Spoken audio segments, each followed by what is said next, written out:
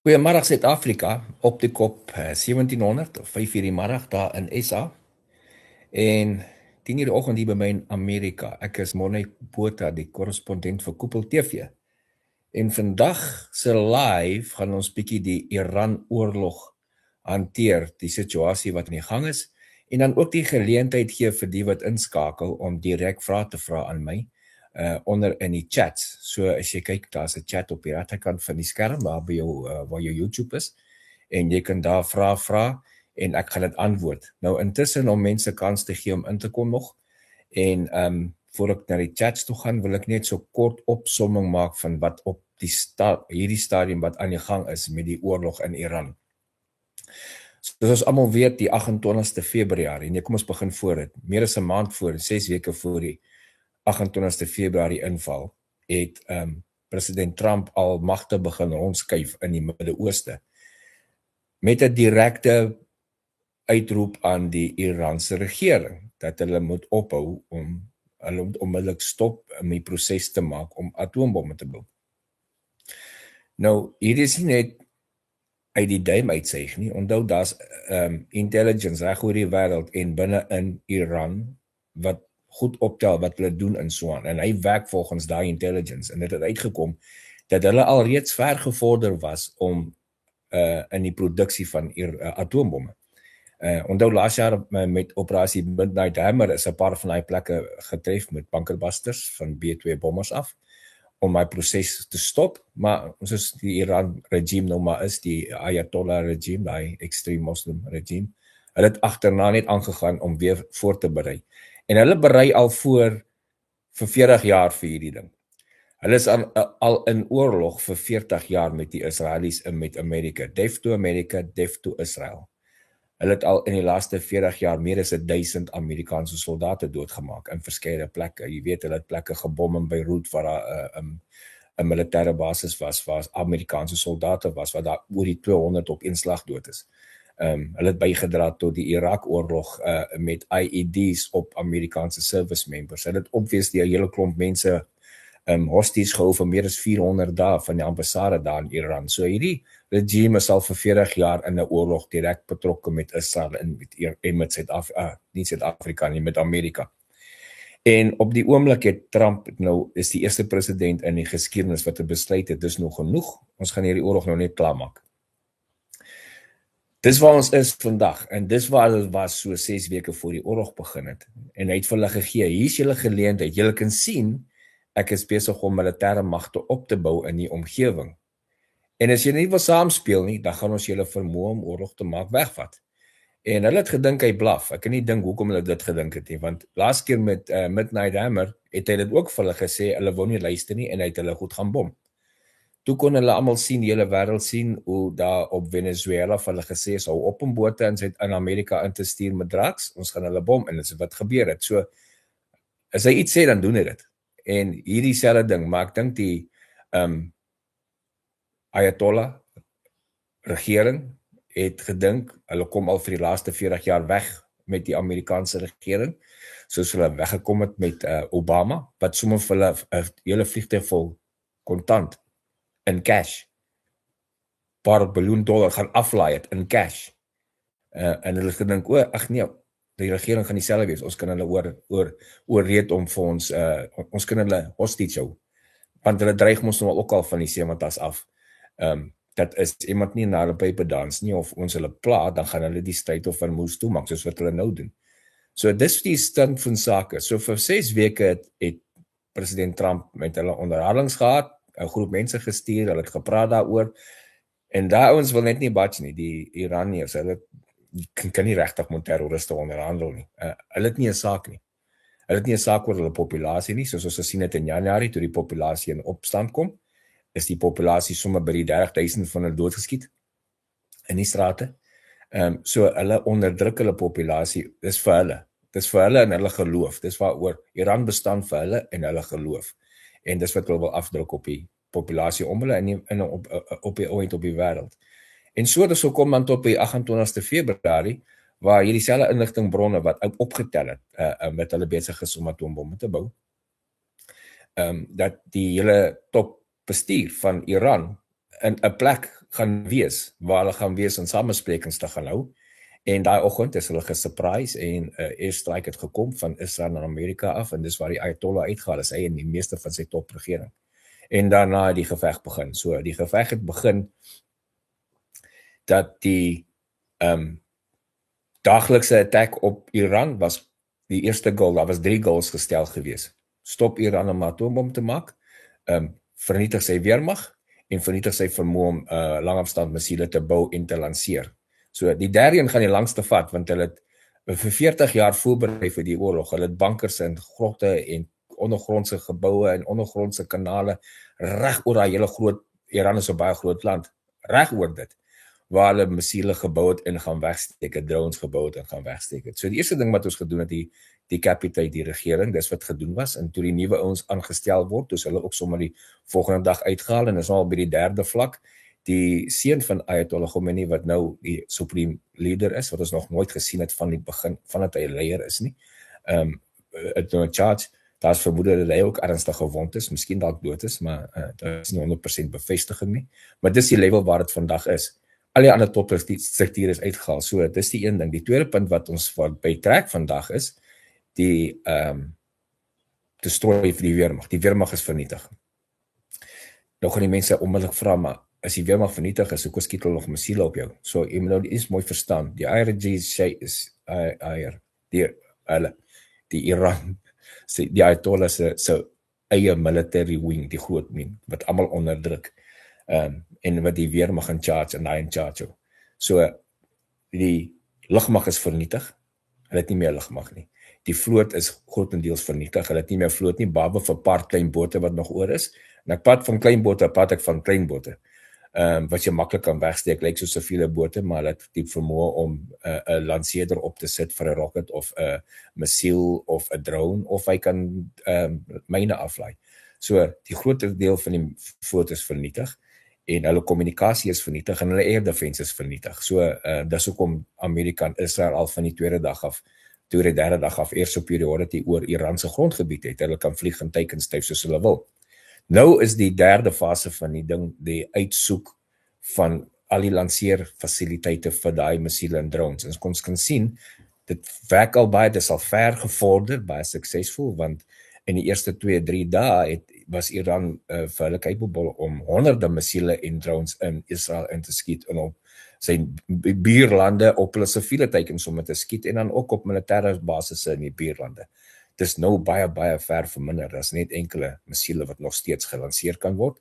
En dit is hoe hulle struktuur werk. Onthou, hulle weermag is redelik groot, so daar's mense afgebou in die struktuur. Hulle voor die oorlog begin het almal het geweet wat is hulle job, wat is hulle teiken. So nou is daar nie kommunikasie tussen die regering en die weermag, daai grondmagte, daai laafvlak grondmagte nie. Al wat hulle het is hulle coordinates, dis hulle teiken en hulle moet dit aanval so ver as hulle kan. Hulle weet daar's 'n oorlog in die land aan die gang. Hulle weet daar word nog steeds elke dag gestraik in die omgewing. So al wat hulle moet doen is een keer 'n dag, een keer 'n nag uitkom, 'n missiel lanseer na die coordinates wat hulle het en dan weer teruggaan en wegkruip. Dis hulle taktiek, dis wat hulle doen. Dis hoekom jy sien, daar word nog steeds missiele. Nou, met die sisteme wat ons het, die stelsels in die lug, en voor ek verder gaan, julle kan my 'n paar vrae vra ook en so aan. Daar's sekere vrae wat ek nie kan antwoord nie, en daar's sekere inligting wat ek nie kan gee nie. So ek is nog betrokke in die US military, ek kry nog my info direk van military intelligence af, maar daar is dele van ons info wat for public release is, en dis wat ek vandag gaan mee bespreek. Daar's nie ander goed wat ek gaan, as daar ander goed kom wat ek vra, dis nie omdat ek nie weet nie, dis partykeer sal ek miskien spesifiek nie daai vraag weet nie, maar daar is goed wat ek nie kan bespreek nie. En soos jy dieselfde sien op die media, as hulle vir president Trump of Secretary Exec of iets spesifieke vrae vra, sê net vir hulle, gaan nie taktiese goed met hulle bespreek nie. Maar so gaan ons verder. So vir ons trek nou, ons het systems wat kan identifiseer van waar af missiele gelanseer word. En so die plekke wat ons nog nie getarget het nie, en jy kan sien, daar word hulle 'n missiel gelanseer uit 'n spesifieke plek uit, en partykeer is dit 'n spesifiek 'n dek wat oopmaak, daar kom 'n missiel uit die grond uit en die dek maak toe. Dis ondergronds. Jy kan nie sien daar's entrances nie, maar as hulle daai plek optel, dan word daai plek gebom met bunkerbusters. So, Daarom gaan die laaste fase, die vernietiging van hulle missile capability gaan die langste vat, want hulle is reg oor die land in ondergrondse plekke weggesteek, in 'n klomp verskillende plekke. En jy kan nie, daar's mense wat sê, ja, maar jy kan dit mos met 'n satelliet sien nie, jy kan nie dit altyd met 'n satelliet sien nie. Ek weet ons is in 2026, daar is seker goed wat satelliete kan sien, maar hulle kan nie alles onder die grond sien nie. So, onthou, hierdie is nie 'n sci-fi movie nie, dit is regte lewe. So daar gaan nog beslis, dus kom jy sien nog steeds word dan nou en dan kom 'n missiele deur. Soos gisteraand het daar gister 'n missiel en 'n paar drones gelyktydig aangekom by daai lugmagbasis, militêre basis in Saudi-Arabië waar Amerikaanse vliegtuie gestaan het en een het dit deurgemaak. Dis die ander punt wat ek ook wil bespreek. Mense sê, ja, maar as Amerika en Israel dan van die beste air defenses in die wêreld het, hoekom is daar nog steeds missiele en drones vir die grond tref? Ons het die beste air defense systems in die wêreld. Maar nie geen air defense system in die wêreld is 100% gaan elke liewe ding stop nie. Dit moet mense ook verstaan. So as jy in 'n weermag ooit was, as jy in weermag gedien het en jy met wapens gewerk, dan sal jy weet, daar seker goeders. Jy kan kom tot 'n punt van baie goed en baie skerp wees, maar niks is 100% garantie nie. Die volgende ding wat ek moet gou aanraak is dis wat ons van ook baie kan praat. Daar's baie vals nuus op die oomblik wat uitkom in verband met die Iran-oorlog. Baie vals nuus. Een ding van baie van die vals nuus is plain anti-American, anti-Israel mense wat enigiets sal sê en post. Mense wat nie is militêre experience of iets het nie, hulle maak maar opinies, sê dit op YouTube of op Facebook, jy weet, social media, en mense sal dit gebruik as dis evidence. En dan as jy mooi genavors doen, as jy nie oor die comment gemaak het of die uitspraak gemaak het, iemand wat in sy sitkamer sit, hy het absoluut geen kloof van militêre goed of weermag goed of niks nie. Hy maak maar net 'n opinie van wat hy sien en wat hy dink en wat hy vermoed dit moet wees. Dan sal die ander groepie, die gevaarlike groepie, mense wat anti-American is, wat as prins die vals nuus maak en sensasie bysit, want hulle maak geld daarmee. So dis wat ek met vandag oor praat. Jy kry baie kommentators op YouTube en social media en so. Ouens wat voorheen nogal party van hulle wat hoë range in die Amerikaanse weermag bekleed het, wat uit is en nou nie meer genoeg geld maak nie, en dan kom hulle agter, dit help nie, soos ek kom en ek gee vir hulle inligting elke dag, oor wat is die stand van sake. Myne is maar pretty boring, want ek gee vir hulle maar net die feite vir die dag, daar's nie sensasie of niks by nie. Met ander woorde, op my YouTube kanaal, as ek dit opsit, kry ek miskien 1000 views, mense wil kyk, cool. En as jy dit monetize van Facebook of van YouTube af, dan gaan jy miskien $1, $1.50 vir daai video maak. Jy kan nie koffie aan my koop nie. Maar as ek gaan sensasie bysit, as ek gaan conspiracy bysit, skielik gaan ek duisende meer toeskouers kry wat dit kyk, en dit swaak my geld maak. Dis nou die ouens soos, die eerste ou wat bekend was daarvoor was Alex Jones van Infowars. So, die wat vir Alex Jones al dit aangehang het, daai man is flat out conspiracy theorist en hy het al meer as $1 biljoen gemaak met sy video's. Alles anti-government, almal anti-American.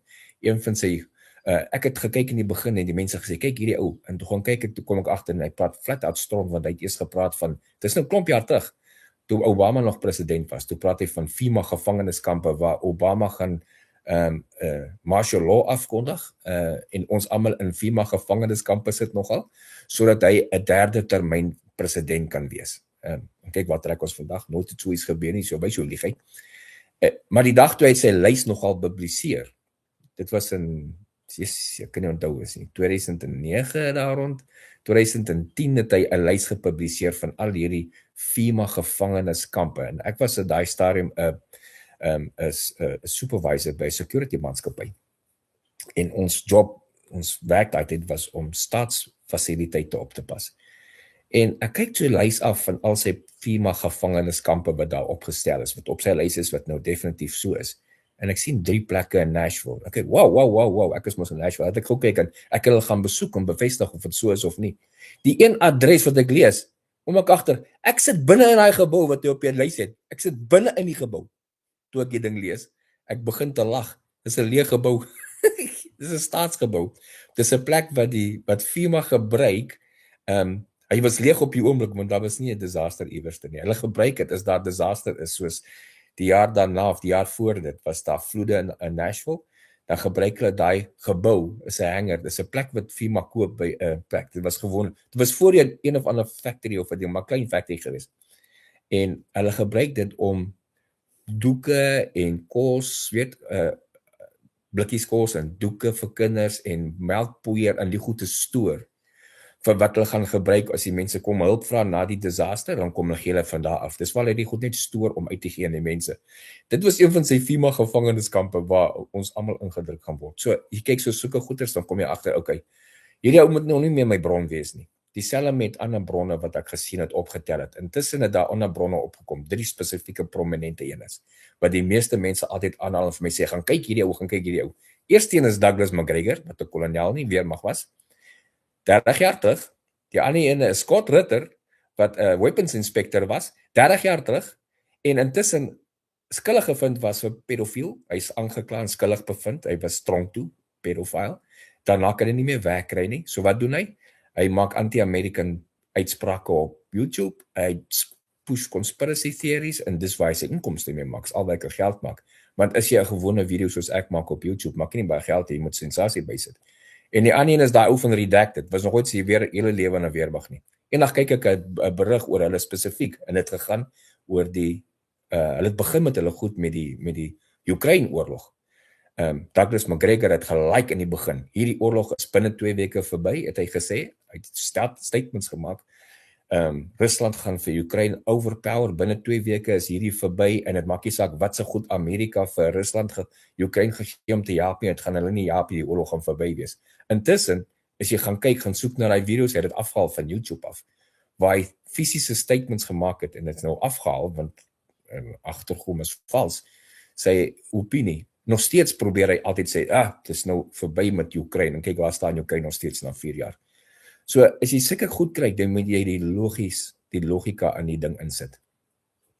En dis jou toets, of 'n berig feitelik kan wees, of kan dit fake news wees.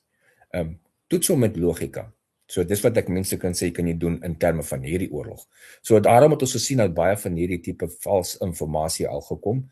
En ook die ander ding wat ek jou moet ook waarsku is die liberal media. Kyk eens, doen 'n Google search en kyk wat is liberal media, wat se navorsing kan mense doen in verband met die Amerikaanse media, wat is Democrat en wat is Republican, daar is definitief, daar's verregse media in Amerika, en die moet wegbly van hulle ook, want hulle is die ouens wat die conspiracy theories push. Daar's ver links en links, dis nou CNN, CNBC, ABC, NBC, CBS, daai kanale. Op die oomblik, hulle is partykeer neutraal, maar die meeste op die oomblik, enigiets Trump is hulle 100%, want hulle hou nie van Trump, nie teen Trump, so hulle gaan enigiets vir jou display, hulle gaan videomateriaal, en hulle gaan regtig goed wat regtig gebeur, twist, met hulle opinie bysit, om dit negatief te maak teenoor Donald Trump, want hulle hou nie van president Trump nie, so, wees maar versigtig wat hulle vir jou sê en wat jy volg. Daar's ook 'n verskil tussen CNN in Amerika en CNN in Suid-Afrika, en CNN in Japan byvoorbeeld. Hulle pas dit aan vir die local community, so dieselfde nuus wat in CNN in Amerika gee, gaan nie noodwendig dieselfde nuus wees wat hulle in Suid-Afrika gee, oor dieselfde item nie. Hulle partykeer twist hy goed so 'n bietjie, dat dit vir daai audience, onthou, dit gaan oor geld maak, hulle moet die audience behou, want as hulle nie die audience behou nie, as hulle nie sensasie in die nuus sit nie, gaan niemand dit kyk nie, dan maak hulle nie geld nie. Nou as jy begin sensasie uit alles uithaal, dan kom jy nou agter wat is die ware storie. So dit is wat die in betrekking kom met die vals informasie wat ons kry. Het ek so lank vinnig net gekyk hier by die chat of iemand spesifieke vrae gevra het.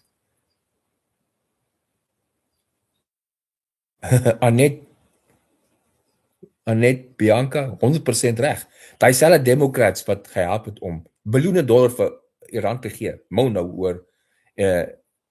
oor wat aangaan in die situasie, die cost of living en so aan. En so intussen, nou die oorlog begin, nou het hy begin uitbrei, die Strait of Hormuz toe. So, 20% van die wêreld se oliegeskeiwery is gestop. Dit beteken daar's nou 'n groter aanvraag vir olie en 'n minder supply. Oliepryse is op. Oliepryse is op die oomblik by ons net so oor die hoog 90s, hier by die $100 'n vat, wat dit eers $68 'n vat was. Wat amper 50% increase vir die oliepryse is. Dit beteken jou petrolprys moet ons 50% increase. Nee. Nie al die produkte in die petrolprys kom in die olie. Die olie is die groot basis. So ons petrolprys in Amerika, nou moet jy nou luister en bietjie vergelyk met wat gaan in Suid-Afrika aan hoe flippend skelm is julle regering. Ons petrolprys in Amerika het van $2.50 na $3.50 geklim. Nou in die laaste maand. So, dis nie 'n 50% increase nie. Dis so about 'n 33% increase wat die petrolprys opgegaan het. Vir ons.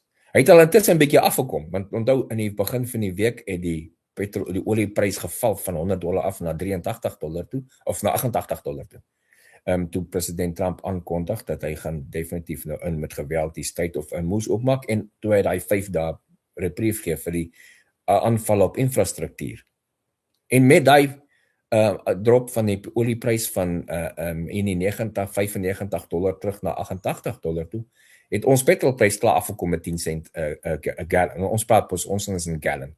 So in terme van petrol, ek gooi in voor die oorlog $32 maak my kar vol petrol en ek ry daarmee 1000 kilometer. So as jy wil vergelykings maak. $32 het ek my kar, onthou ons word nie in rande betaal in Amerika, ons word in dollar betaal. So $32 is eintlik min vir my, met my salaris. Nou betaal ek, in plaas van $32 betaal ek $45 tot $48 om my tank vol te maak. Nog steeds nie 'n train smash vir my nie. So, maar kan verstaan die mense wat op 'n vaste inkomste lewe kan vir hulle 'n bietjie rowwer wees. Al wat hulle nou moet doen, veral in Amerika, hulle moet nou net in plaas van elke aand uit eet, of elke middag uit eet, moet hulle net 3 keer 'n week uit eet, en die ander 2 dae moet hulle saam stoebies werk toe vat. So, die impak op die energie in die ekonomie in Amerika is nie so groot op die oomblik nie. Die impak in Suid-Afrika is baie groot. Want julle regering is mos skelm, hulle stel allerlei taxes op die brandstofprys, en hulle sien nou hierdie is 'n geleentheid om die petrolprys hoog op te jaag. En met die oliepryse is op, die oorlog se skuld, is Amerika se skuld, is Iran se skuld, is Israel se skuld, dat julle nou moet hoor petrol betaal, want dis mos maar hoe die regering in Suid-Afrika werk, is mos altyd iemand anders se skuld. Maar kyk nou na die oorlog, as die oorlog verby is, gaan hierdie olieprys drop terug na $60 of dalk minder toe. Wat beteken ons petrolprys val terug tot onder $2.50 'n gallon. Nou hoop ek, julle petrolprys val ook terug tot waar het was die dag voor die oorlog begin het. Want dit is veronderstel om te wees, want dit is die koste wat hulle insit. Maar soos ons die mense ken in die in die Suid-Afrikaanse regering, gaan dit definitief nie so ver terugval nie, want hulle gaan nou skoor uit hierdie deal uit. Dis in terme daarvan. Nou vra Dani Grobler 'n baie goeie vraag. Hoekom maak Amerika nie net skoon nie? So, onthou, jy kan net ingaan en besê, dat kos begin van bo af, jy bom elke liewe ding, jy sit net klomp 1000 pond, klomp B-52's en B-1's en B-2's en bom die kapel bom die plek, maar jy kan nie net ooralste indiscriminate bom nie, want daar is baie civil populasies. Hierdie Iranners was slim, soos die Hamas en die ouens in Gaza, die Houthis, Hezbollah, so slim is hulle ook. Hulle bou hulle militêre fasiliteite reg langs Christelike kerke en reg langs skole. Dis wat hulle doen. Hulle bou hulle fasiliteite reg langs hierdie plekke, reg in die middel van populasiesentrums. Juis om te keer dat, want hulle weet die Weste gaan nie net indiscriminate aanval en plekke opblaas nie. Hulle probeer so ver as moontlik collateral damage verhoed. So, dis so maklik. Jy bou die goed net reg langs. Hulle het gister weer in suide van Libanon in Beirut het hulle ons grondsoldate ingestuur, die Israelies, toe kom hulle op 'n plek af, daar's binne-in 'n Christenkerk, binne-in, die Christenkerk gaan aan, is daar 'n deur wat afgaan na 'n tonnel, wat onder die kerk deurloop, en waar Hezbollah al hulle rocketsperre, binne 'n Christenkerk. So dis hoe hulle operate, dis hoe hierdie moslim regime, hierdie radikale regime operate. So dis nie net, ons kan, fisies kan ons net ingaan en bom die plek, en kry alles klaar. Maar dis nie so maklik nie, want jy wil nie allerlei collateral damage. Daarom moet ons op baie intelligence rely, en dis 'n stelselmatige ding. Die ander ding is 'n baie groot land, met baie plekke ondergrond wat hulle hierdie goed kan wegsteek. So dit gaan 'n tyd vat om dit uit te identifiseer. Soos jy kan sien het ons al 'n groot deel daarvan verwoes. En want hulle aanval is klein, daar's min missiele op beslag in terme van die eerste 2-3 dae. So, dis nog steeds daar, maar dit is nou klein. So dis nou individueel impak. Wat ons baie help is die air superiority wat ons oor Iran het, met ander woorde ons vliegtuig kan permanent daar rondvlieg en soek tekens van opportunity om hulle uit te haal. En die fokus op die oomblik op die Weskus van Iran, allerlei bankers en plekke wat hulle anti-ship goeders wegsteek om die Strait of Hormuz, weet waar hulle die hele wêreld al vir 40 jaar lank hostage hou met daai wat hulle dreig is. Iemand hulle iets aan doen, gaan hulle die stryd toemaak en ons kan nou sien wat se ekonomiese impak dit het.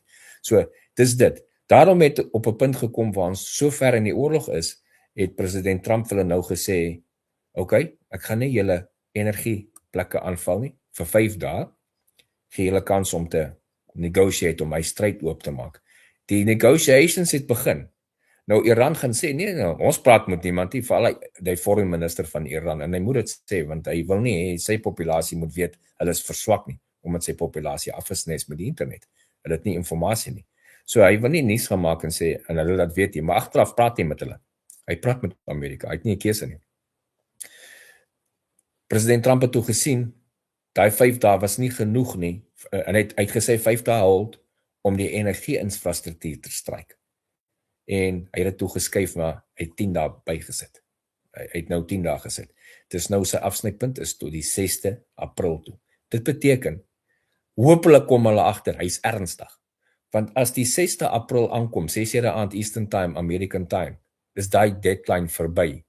Dan moet Iran maar kry vir hulle wat na hulle toe kom, as hulle nog nie gekom het met 'n daadwerklike poging om en dis net om die stryd oop te maak, en hulle ander pogings om wapens te bou op te gee. So intussen, soos ek gesê het ons nou al die hele weermag verwoes amper. Meeste oop plekke van waar missiele gelanseer is verwoes. Al die fabrieke word ook nou geteken wat kan missiele en drones bou. Hulle is al verwoes, meeste van hulle. So dis nou, soos hulle noem, targets of opportunity, soos hulle verby rens en kyk. Laat ek gou kyk nog questions hierso.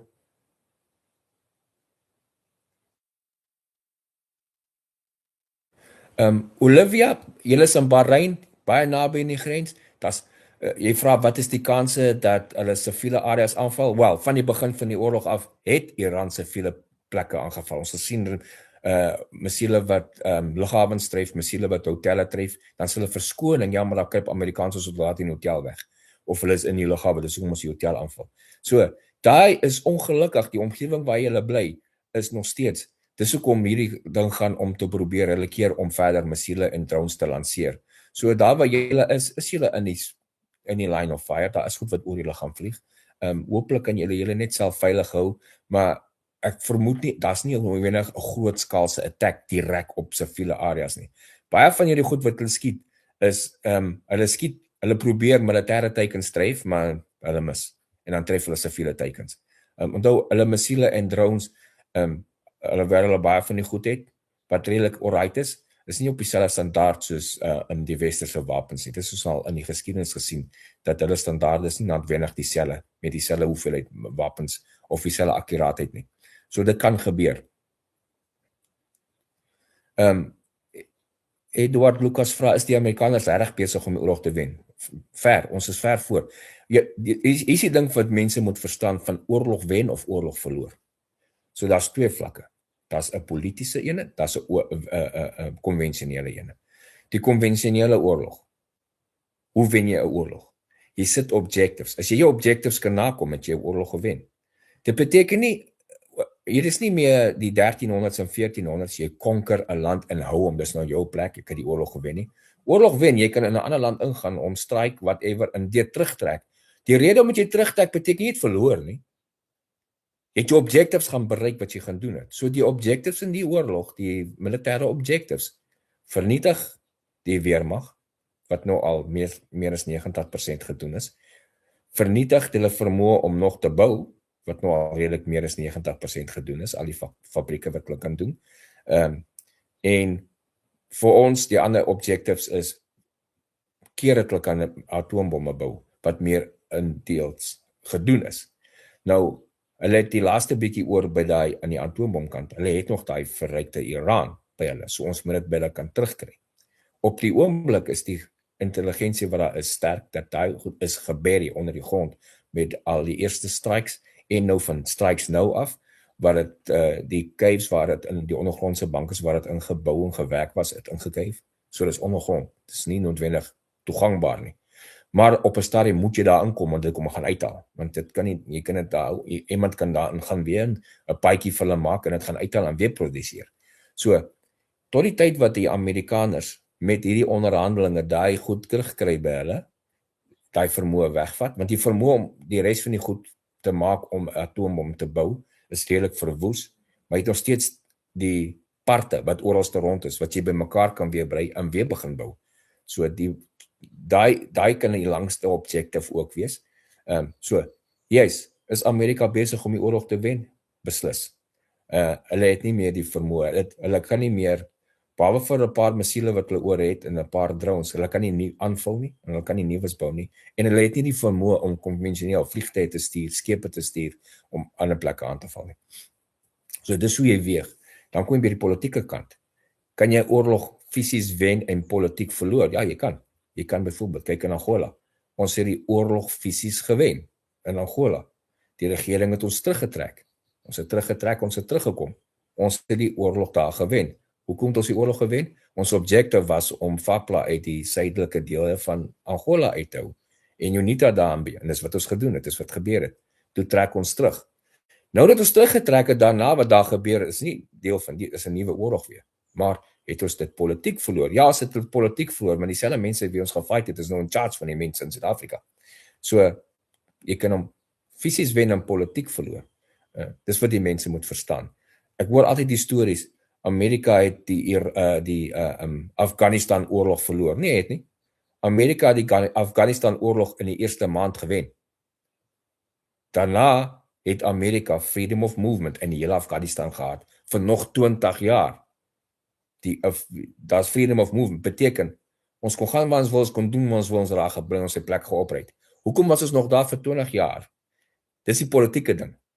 Die weermag was daar gehou om 'n nuwe populasie te train, om hulle eie soldate te wees en hulle eie goedes, om die Taliban op hulle eie weg te trek. En daarna sê, okay, julle is nou op julle eie, julle het nou julle, ons het julle getrain, ons het julle genoeg wapens gegee, julle het alles. Nou onttrek ons.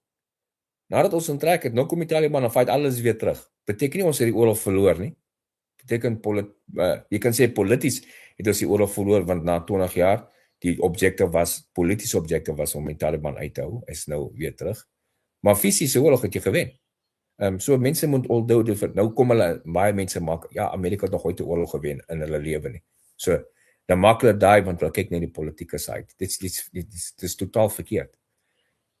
Jy probeer 'n statement maak dat die Amerikaanse weermag baie sleg is, kan nie 'n oorlog wen nie. En kyk wat nou gebeur in Iran. Binne die eerste 3 dae is die hele Iranse weermag vernietig. Meer as 90%. Laat ek gou kyk hier vir die verdere vrae. So ek wil nie te veel praat, ek moet catch up met die vrae hierso.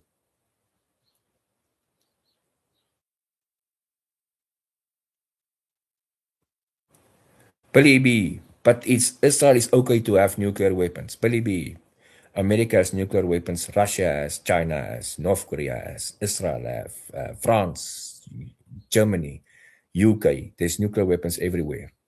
It's fine to have them because it's a deterrent.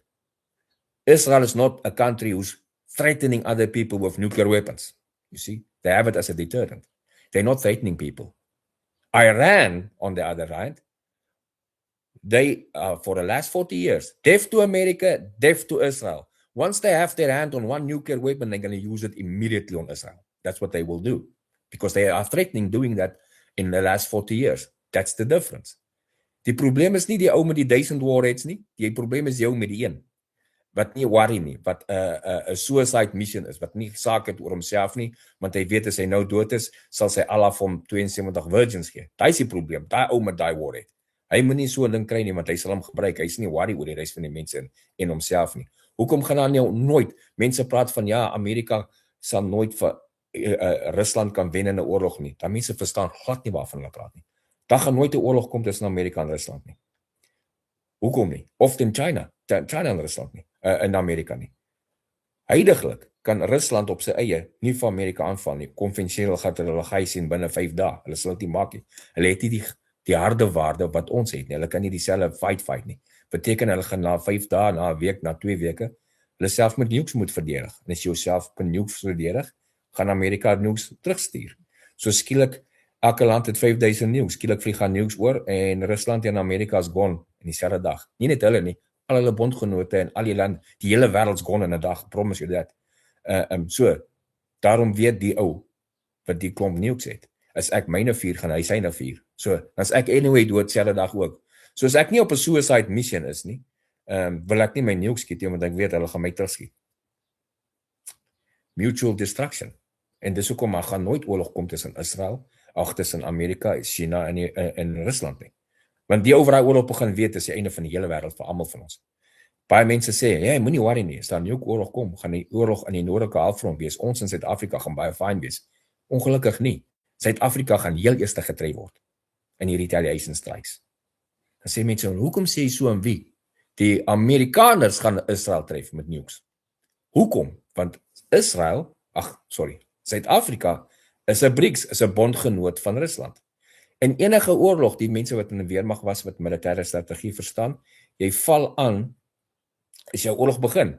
Eerste ding wat jy doen is jy val aan die ou se logistieke support. Want as jy sy logistieke support afsny, dan kan jy nie meer brandstof van petrol en bomme inkry om aan te gaan met die war nie. So jy sny eers die logistieke support af, dan fight jy hom conventional, dan kan jy nie terugtrek nie en jy kan ook nie aanvullings doen nie, so jy kan hom oorrompel. Suid-Afrika se support vir Rusland. So as jy heel eerste dag gaan nuclear missiele op Moskou, St. Petersburg, al die militêre plekke in Rusland val, selfs gaan in Amerika gebeur. Die verskil is, Amerika het die vermoë om baie van daai missiele af te skiet, maar hulle gaan definitief paar deurkom, so jy gaan skade kry anyway. Europa is nie moeilikheid met kort afstand, baie van die Europese stede sal getref word. Nou, om te keer dat daai Russiese nie hergroepeer en support kry uit hulle bondgenoot uit Afrika uit nie, slaat al die pot. So al die havens in Suid-Afrika, eerste, Durban, Cape Town, PE, Oos-London, Richards Bay, al die groot havens en dan die industrial plekke gaan elkeen een nuke kry. Onmiddellik, in dieselfde tyd. Hulle gaan gelyk daar aankom, want een nuclear submarine sal al die nukes lons en hulle gaan gelyk daar aankom. Daarna gaan hulle in Afrika, in al die ander groot ports in Afrika gaan uitgehaal word. Want dieselfde, die groot ports in Afrika wat vir Amerika support, gaan deur die ooste getref word. China en Rusland sal hulle port. So, moenie dink die ding gaan local wees tussen, daar gaan net atoombomme in China, in Rusland en Amerika val as daar oorlog kom nie. Daar gaan atoombomme in almal se support structures ook val.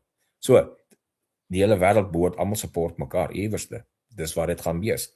So, die mense wat so hoop, daar kom 'n derde wêreldoorlog en ons is in 'n derde wêreldoorlog, julle weet nie waarvan julle praat nie en wil daarby uitkom nie, maar dit beteken die einde vir almal van ons. Wat ek gou kyk verder, net 'n vraag van Kobus Smit. Waar gaan president Trump voor aangaande die clusterbomme wat Iran gebruik in Israel? Wat gaan daaraan doen? So, seker wat hy daaraan gaan doen. So, huidiglik ons kan sien, gebruik Iran nou clusterbomme op hulle missiele, want dis 'n terreurwapen. 'n Clusterbom, hy het nie dieselfde impact as 'n gewone missiel met 'n groot 500 of 1000 pond warhead nie. Daai missiel met die 500 of 1000 pond warhead skiet jy en jy kan 'n gebou drop as jy die gebou reg tref. Nie noodwendig nie, kan as jy hom reg tref. Maar die probleem met die cluster ene, die bomlets wat uitkom is so groot. So, hy gaan maak nie lug oop, val so 80 van hulle uit. En hulle is dieselfde slaankrag van die kleiner weergawe, die kleiner bomlets wat so groot is maar soos 'n handgranaat se slaankrag. Die groter het dieselfde impak as wat 'n landmyn byvoorbeeld het, maar landmyn is gekonsentreer op een punt, hierdie gaan nou uit. So, as daar ding in die straat val, gaan die skrapnel skiet en die mense wat daar loop gaan ernstig gewond wees. Die wat naaste aan die ding is, kan dood wees, nie noodwendig nie. En as jy in 'n kar as jou kar gaan vol skrapnel wees en so aan, maar as jy in 'n gehuis is en so aan, jy sien by vensters nie, gaan jy niks oorkom nie. En hulle val in die strate, want jy kan hulle nie beheer nie. So hy skiet hom in Israel in, hy skiet hom in Tel Aviv in, hy maak babo oop, en hy bomlets val die hele stad vol.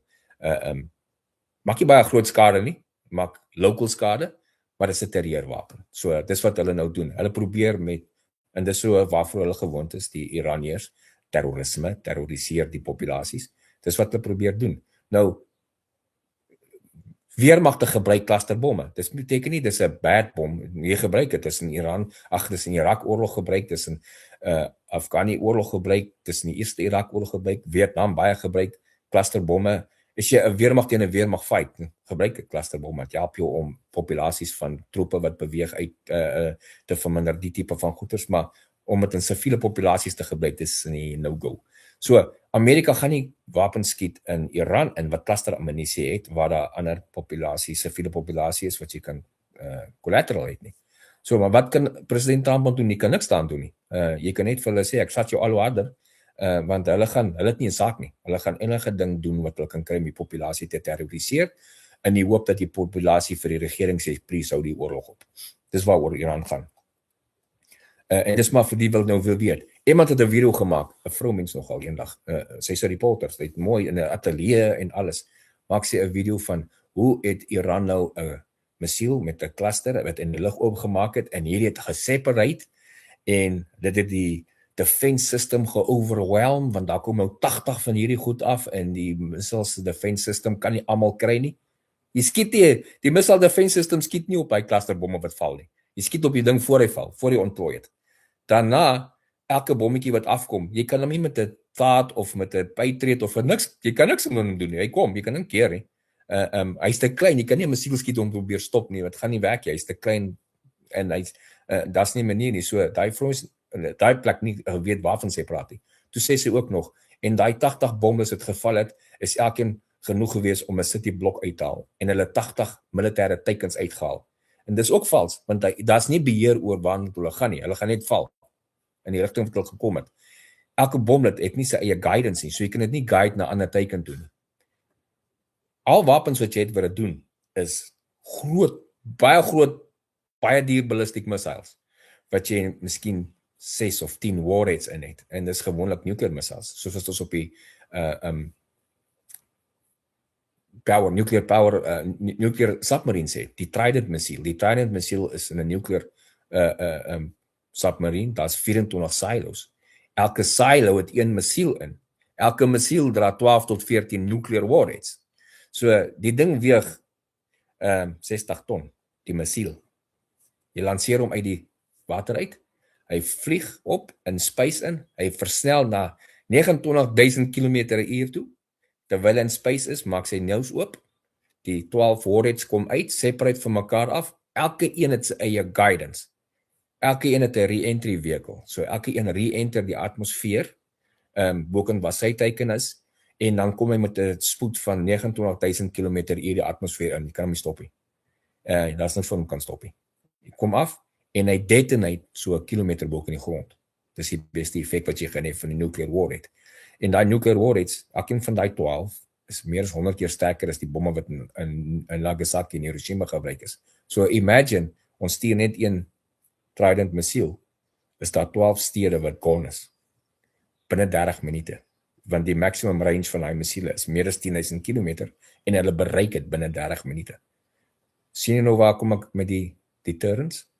Rusland weet ons het die goed, ons het 19 van daai submarines, 24 launchers, elke launcher het 1 missiel, elke missiel 12 tot 14 warheads, tel nou 19 times 24 times 12, dis hoeveel nuclear warheads active is. En as altyd 2 van die submarines ontplooi op die wêreld, altyd minimum 2, een aan die een kant, een aan die ander kant, dan cover die hele wêreld. Dis hoe vinnig ons soveel nuclear warheads op 'n vinnig, en jy kan hulle nie stop nie. Die enigste manier wat jy hulle kan stop, is jy moet hulle afskiet voor hulle by die atmosfeer uitgaan, of jy moet in space vang. So, nou weet julle ook in die laaste klomp jare, Putin, moan hy oor expansion van NATO, nader aan sy borders, want hulle gaan nou missiele naby sy borders sit. Hy moan nie oor ons gaan nuclear missiele by sy borders sit, om te launch op hom nie. Hy moan ons gaan defensive missiele daar sit, wat syne kan afskiet. Dis waaroor sy kragtig gaan. Want daar's nie 'n manier dat ons nou Ukraine 'n NATO country maak en 'n nuclear missiel op die grond daar sit nie, want daai nuclear missiel, jy sit nie 'n nuclear missiel op die grond in 'n ander se land nie, want weet nie, ken jy daai mense nie. Hoekom wil jy dit doen as jy anyway in 'n duikboot onder die see het en hulle skuif rond die hele tyd, jy kan hulle nie kry nie. Dis mos baie beter. So dis waaroor die Putin klagte gaan oor NATO. Hy wil nie hê dit moet tot op sy grens kom nie, want dis waar jy die nuclear, die teenmissiele sit, dis waar jy ons dome sit om te keer. Wanneer hy syne launch, dan kan ons syne bykom en hulle afskiet, voordat dit in die atmosfeer ingaan. So voordat hulle aan bo kom, en ons het ook die vermoë om in space hulle af te skiet, voor hulle re-enter. Maar die kans, die tyd wat hulle re-enter, het jy so min tyd. Jy kan nog steeds die re-enter, wanneer hy warheads re-enter afskiet. Jy het nog steeds die vermoë, maar dit is baie, baie min tyd. Jy praat van 1 minuut, 2 minute of 3 minute. As jy dit nie kan doen, is dit te laat. So dis waaroor dit gaan. So dis die konsep van nuclear warheads en nuclear wapens.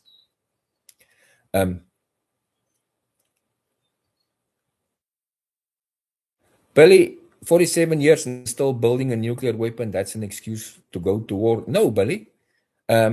They haven't started building nuclear warheads since the 70s or the last 47 years. They only started in the last 2 decades. And every time they get close to that, the Israelis go in and strike those facilities. This is not the first time Israel went into Iran and strike those facilities where they tried to build weapons. And also they didn't have to know how. They built it over time. It's not going to take you, to build a nuclear weapon, it's not taking you a week or get a couple of people together on the weekend and we do it in the backyard. It takes months and months and months to complete a nuclear warhead, especially if you do it for the first time. So no, it will take a long time. So that's not the excuse. Excuse. It's a real excuse for the war. And that's fine. You can believe it's a wrong move, the war. That's fine. Everyone can make their own. Laat ek net gou sien verder af. Ek moet braak bietjie agter. Christina Venter vind alles interessant. Dit is sad dat daar baie mense is wat jou aanval, maar vir my en baie wat jou volg. Dis fine. Onthou mense het julle moet verstaan, mense het hulle eie opinies. Dis fine. Elke ou kan sy eie opinie hê. Baie mense vorm hulle opinies oor dis al informasie wat hy gekry het. Hy het vals informasie gekry. Hy weet nie dis vals nie, maar dis die informasie wat hy het. Dan het hy sy eie bias. Ek hou nie van Amerika nie, want dit en dit en dit, want jy onthou daai punt ook. Die groot deel van die res van die wêreld is baie jaloers op Amerika, die lewe in Amerika. Die mense in Amerika lewe lekker, hulle is free en baie mense is jaloers daarop. So nou outomaties like hulle nie. So jy gaan informasie kry. Is iets informasie uitkom wat teen Amerika is, dan gaan jy dit aanhou, want dis wat ek graag wil hoor. Dis maar wat die probleem is. So ek sien nie dis mense kan my aanval, dis fine, ek kan verstaan waar dit vandaan kom, maar ek gaan ook vir hulle duidelik stel, as ek hier met hulle saamstem, en duidelik vir hulle stel, hier is die regte informasie. Mense wonder waar kry ek volg net social media of wat, mainstream media. Nee, my informasie kom direk van military intelligence af.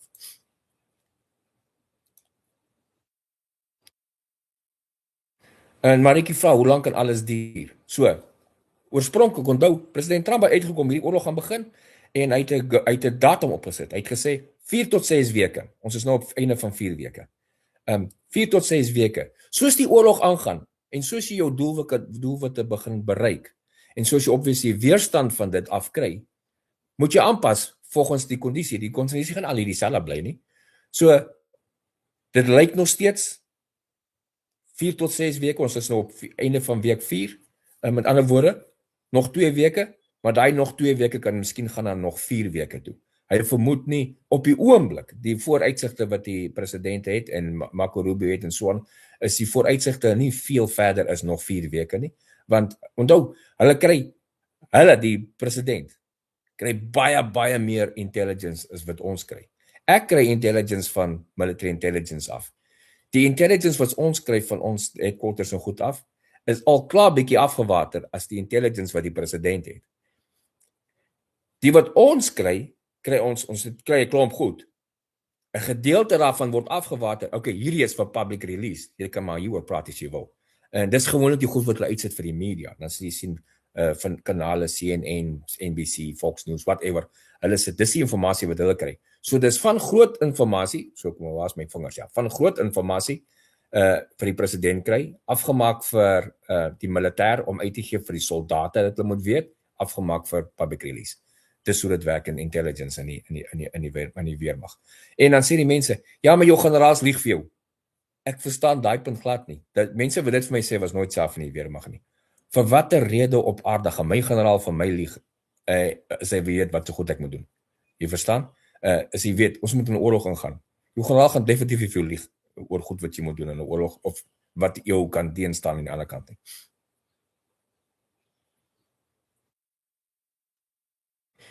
Richard, dit is die ding. Baie goeie punt wat jy maak. Oor 5 jaar bou hy dan weer wapens, laat dit bars, infrastruktuur is vernietig, net tydelik, jy bou dit weer op. Dis waaroor hierdie 10 dae halt gaan. Die halt is nie op die oorlog. Okay, ek verstaan gou dit. Daai 10 dae halt wat Trump aangekondig het, is nie op die oorlog nie. Die oorlog het nie gestop nie. Die oorlog gaan aan elke dag. Ons stryk nog steeds infrastruktuur van waar hulle wapens bou en so aan. Ons stryk nog steeds plekke waar hulle wapens lanseer, missiele, bankers, daai goeders. Die halt is net op die aanvalle op energie infrastruktuur. Dis alwaar op die halt is. Nou in vir die 10 dae vir onderhandelinge. Deel van die onderhandeling gaan wees, jy mag nie weer 'n fabriek bou wat sulke missiele bou vir sulke lang afstande nie. Dieselfde het gebeur met Duitsland na die Tweede Wêreldoorlog en met Japan.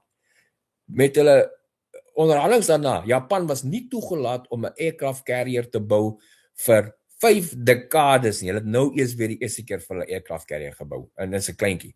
So dieselfde gaan hier uitkom met die onderhandelings. Die onderhandeling gaan wees, jy gaan nie toegelaat word om nuklear fasiliteite te bou nie, wat Iran kan verryk nie. Jy gaan nie toegelaat word om fabrieke te bou wat langafstand missiele en drones bou nie. En hoe gaan ons dit weet? Daar gaan inspeksies gedoen word by jou. En as ons vind, en as ons sien jy weier ons om inspeksie te doen, en ons sien deur satelliete en ander intelligence goeders gathering systems, dat jy besig om dit te doen, dan kom ons maar net weer in 'n bomme goed weer stikkend. So, dis waar dit gaan. So, mense moet daai stuk verstaan ook.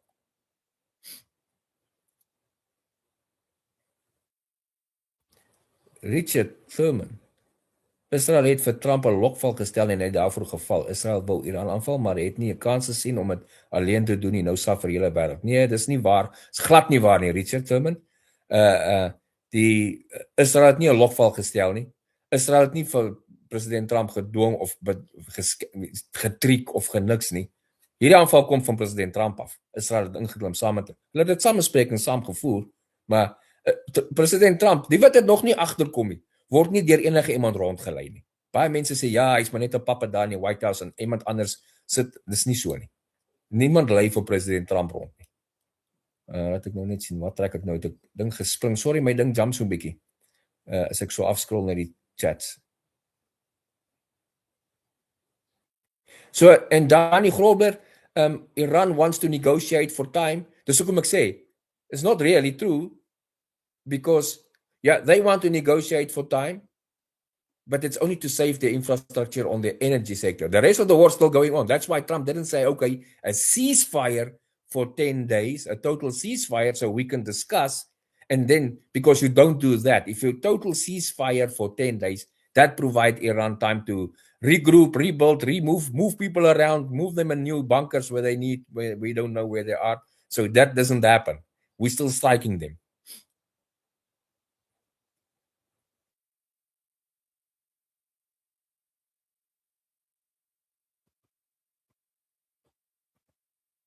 Matty Dixon, who has been funding Hezbollah? Yep, Iran. Iran is funding Hezbollah.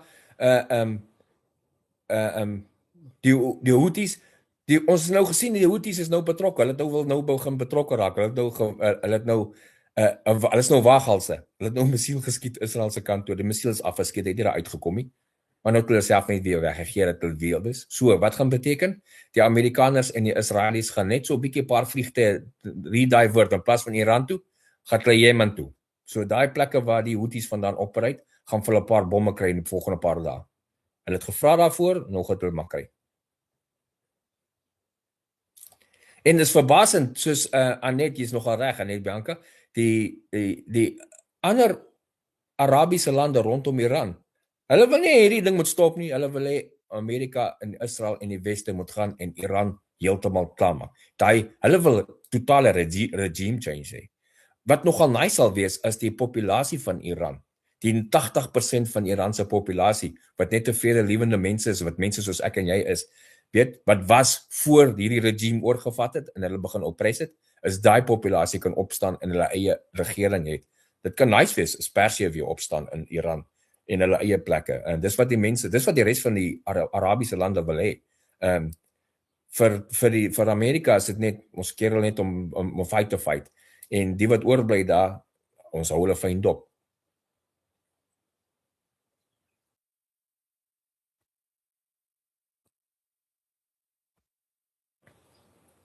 Wat trek ons? OK. So, volgende goed wat ek gou moet praat oor die oorlog. So, nou moet ons kyk die volgende paar dae. Nou staan ons by 'n punt wat so almal moet nou verstaan. Onthou, die oorlog gaan voort. Daai 10 dae wat president Trump opgesit het tot die 6de April, is nie 'n ceasefire nie. So die oorlog gaan voort op militêre teikens. Dan kom dit by die Strait of Hormuz van hier af. Nou, intussen het president Trump 10,000 soldate aangevra, en hy het die Second Airborne Division 1200 van hulle aangevra, en dan die 5000 Marines wat ingaan. Hy skuif sy goed op die skaakbord rond. Dit beteken nie hulle gaan deelneem nie. Baie mense sê, hier kom 'n land invasion. Gaan nie met 10,000 mense in die land. As hulle wil Iran invade, gaan hy 150,000 troepe daar sit. Hy gaan nie met 10,000 nie. Maar hy het nou opsies. Van die Marines, van die ander 10,000 van die uit die Second Airborne Division van daar Special Forces in daai magte ingebring. Hy het opsies. Eerste opsie wat hy gaan hê is klein pakke Special Forces gaan in met air support in Iran in. Daar wil hulle weet waar moontlike verrykte Iran is, gaan in, kry dit, haal dit uit, bring dit terug. Met air support om hulle te beskerm terwyl hulle daar is. Dit kan jy doen maklik.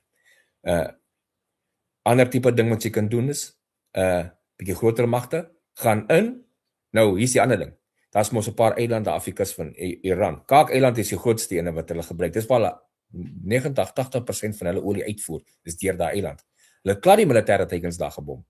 So, invade daai eiland met 'n marine force.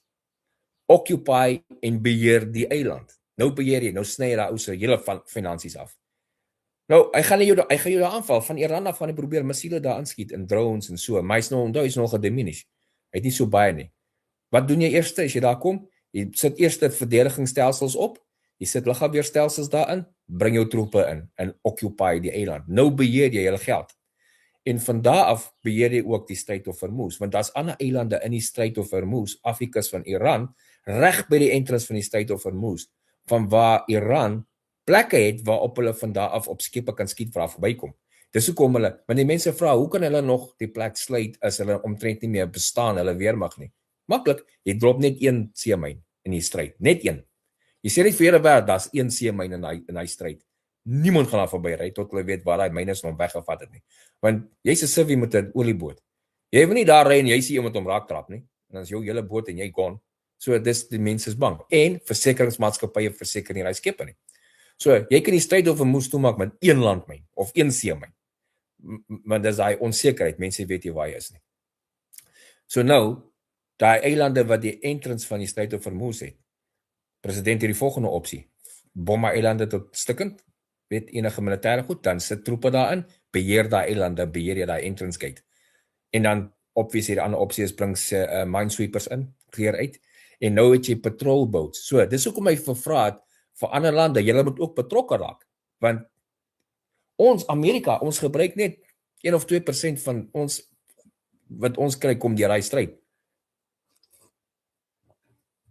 Lande wat groot inkomste deur hy stryd kry van olie veral is Japan en China en baie Europese lande. So hy sê, hoe moet ons julle werk vir julle doen om julle geld safe daardeur te kry, julle olie? Julle moet ook betrokke raak, dis waar dit gegaan het. Toe klomp hulle gesê, no ways, ons kom hier betrokke by die oorlog nie. En toe gaan praat hy met hulle individueel, soos wat hy gewoonlik doen, en nou skielik is daar 30 lande wat sê, okay, ons sal deelneem aan die stryd oop te hou.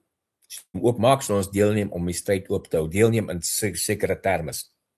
Kan patrolboats daar insit, militêre bote om te help om die stryd te patrol, heeltyd vir klein bote en goeders, en ander goed wat hulle kan doen om te help om die stryd oop te hou. So, dis waar hulle gaan. Daai kan nog 'n paar weke vat, 'n week of 2 of 3 vat. Sodra sy die Strait of Hormuz oop het en kan beheer, dan sal die olie weer begin vloei en dan gaan die olieprys afkom en dan gaan die petrolpryse afkom en al die ekonomie sal weer recover. En dan is nie net olie wat daardeur gaan nie, daar's baie ander commodities wat ook deur stryd gaan. Ander produkte, weet kunsmis, allerlei ander goeders, petroleums wat ook daardeur gaan, wat gebruik word in die maak van petrol, in die maak van ander goeders ook, gaan ook daardeur. So sodra hulle dit kan regkry, dis die volgende stap, is nou met hierdie 10 dae gee en Trump het vir hulle gesê, as julle nie moet 'n wesenlike offer kom in die volgende 10 dae, dat ons daai stryd kan oopmaak en weet ons kan veilig deurry nie, dan gaan ek julle infrastruktuur slak. Hard slak. Hy gaan nie noodwendig al die energie-infrastruktuur slaan nie, maar hy gaan 'n massive, dis die ander ding hoekom 'n klomp ekstra troepe en magte daar is.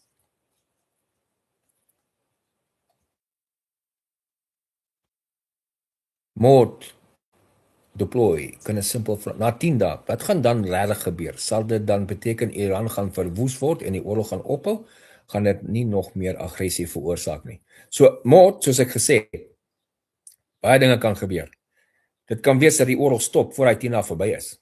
Want sodra as Iran sê, okay, hierso samesprekings, ons dreig nie meer die stryd nie, ons laat toe inspekteurs om in te kom en so aan, dan gaan die oorlog onmiddellik verby wees. Jy weet, en die stryd gaan oopmaak. Maar na 10 dae het hulle nog steeds nie gekom by 'n geskik nie en hulle is nog steeds hardig. Daar gaan 'n groot strike wees. Kan jy dit promise? President Trump gaan nie net, hy sê nie net iets en doen dit nie. Julle kan gesien dit in die laaste klomp maande. As hy iets sê, dan doen hy dit. So, dan vermoed ek, daar gaan 'n groot strike wees, 'n finale push op sy, en hy kan sy energie-infrastruktuur soos hy gedreig het slaan. En dan sny, die kans dat hy vir Kark Eiland gaan vernietig is goed, of afvat is goed, dan het sny hy die hele inkomste af, of nie die hele nie, maar 80% van sy inkomste. So, hulle gaan met kom by 'n punt wat hulle moet saamwerk daar, en hulle het nie 'n keuse nie. Al sê hy foreign minister van Iran, ons onderhandel nie met Iran, Amerika nie, hulle is terrors en weet jy wat alles nie, agteraf doen hy het nie keuse nie. Hy weet hy het nie keuse nie, want hy kan sien hy's alleen oor, al sy ander buddies is gone almal. En daar was nou ook selfs mooi vrae tussen Amerika en Israel, moet asseblief nie daai minister uithaal nie, want hulle het al planne gehad om hom ook uithaal. Sy moet hom nie uithaal nie. Dan moet daar een oom wees met wie ons kan praat daaroor. En dan die ander ding wat gekom het, onthou het onderhandelinge al begin laasweek met mense van Iran af. Dis nie noodwendig die Ayatollah se regime nie. Dit kan ander splintergroepe van die weermag wees wat nou hulle kyk na hulle self. Hey, ek wil survive. Miskien moet ons nou staatsgreep uitvoer in ons eie land en van hierdie Ayatollahs en sy buddies ontslae raak. Jy weet, moenie verbaas wees as daar met daai mense ook onderhandelinge is nie, wat hulle gaan definitief nie bekend maak nie, maar wat logies is. So, hierdie hele ding, as jy kyk na die hele konsep, en jy verstaan, en kyk wat ek vandag is, nou 'n uur wat ek hier met julle besig is, net die logiese goed in agter verduidelik. So, ek het nou nie veel meer tyd nie, ek moet nou begin afsluit. Ek het daarom aan die onderkant gekom van enige vrae wat opgekom het. As ek klaar is, kan julle vrae onder aan hierdie video sit. As julle nog vrae het, ons gaan beslis weer in hierdie week, sal ek weer live doen, as ons deen gepubliseer het, mense kan kyk wat ons bespreek. Ek gaan nie hierso sensasie bring, ongelukkig, as jy gedink het, ek gaan nie kom en sensasie maak, en ek gaan nie, ek gaan net die werklike feite deurgee. As jy vrae het oor informasie oor wat is valse informasie en wat's nie, wees vry om te vra. Ek sê jou my eerlike opinie gee en van wat se informasie ek kry. En dink net aan hierdie ding ook. Jy sien hierdie ouens soos McGregor en Scott Ritter en daai wat goed sê, dan sien jy Amerikaanse generaals wat heiliglik dien en op die nuus partykeer en ander plekke wat 100% die teenoorgestelde sê. So wie gaan jy nou glo? Die ouens wat heiliglik dien, wat direkte informasie het by die van military engine en wat op die grond aangaan, of die has-beens wat 30 jaar terug in die weermag was en nou anti-American government is en enigiets wat hulle doen verkeerd wys. Want gaan kyk maar na hulle berigte. Nie een van Scott Ritter of Douglas McGregor of die ou van Redacted of Alex Jones, nie een van hulle berigte is positief oor Amerika, nie 'n single een nie. Nie een van hulle berigte is positief oor die Amerikaanse weermag nie. So as 'n ou net so een kant is, dan moet jy maar weet, daar's jou antwoord. Sit die logika agter dit. Maar so baie dankie vir die wat ingeskakel het. Ons gaan definitief in die week 'n kans maak vir nog 'n live een wat die mense meer as hulle alleen gesien het en hulle kom en vra, kan hulle definitief kom vra en ek sê hulle antwoord so ver as ek kan, so eerlik soos ek kan, en dan sien ek julle weer deur die week. Ek sal steeds opgehou aanhou elke dag met die daglikse update of miskien 2 updates 'n dag van die oorlog. Geniet julle aand verder daar in Suid-Afrika. Julle is nou in die aand in en ek is nou in die middag in. Ek moet nog gaan lunch eet en ek het 'n paar ander goeders wat ek moet doen. En dan sien ek julle weer. Geniet die dag verder. Cheers.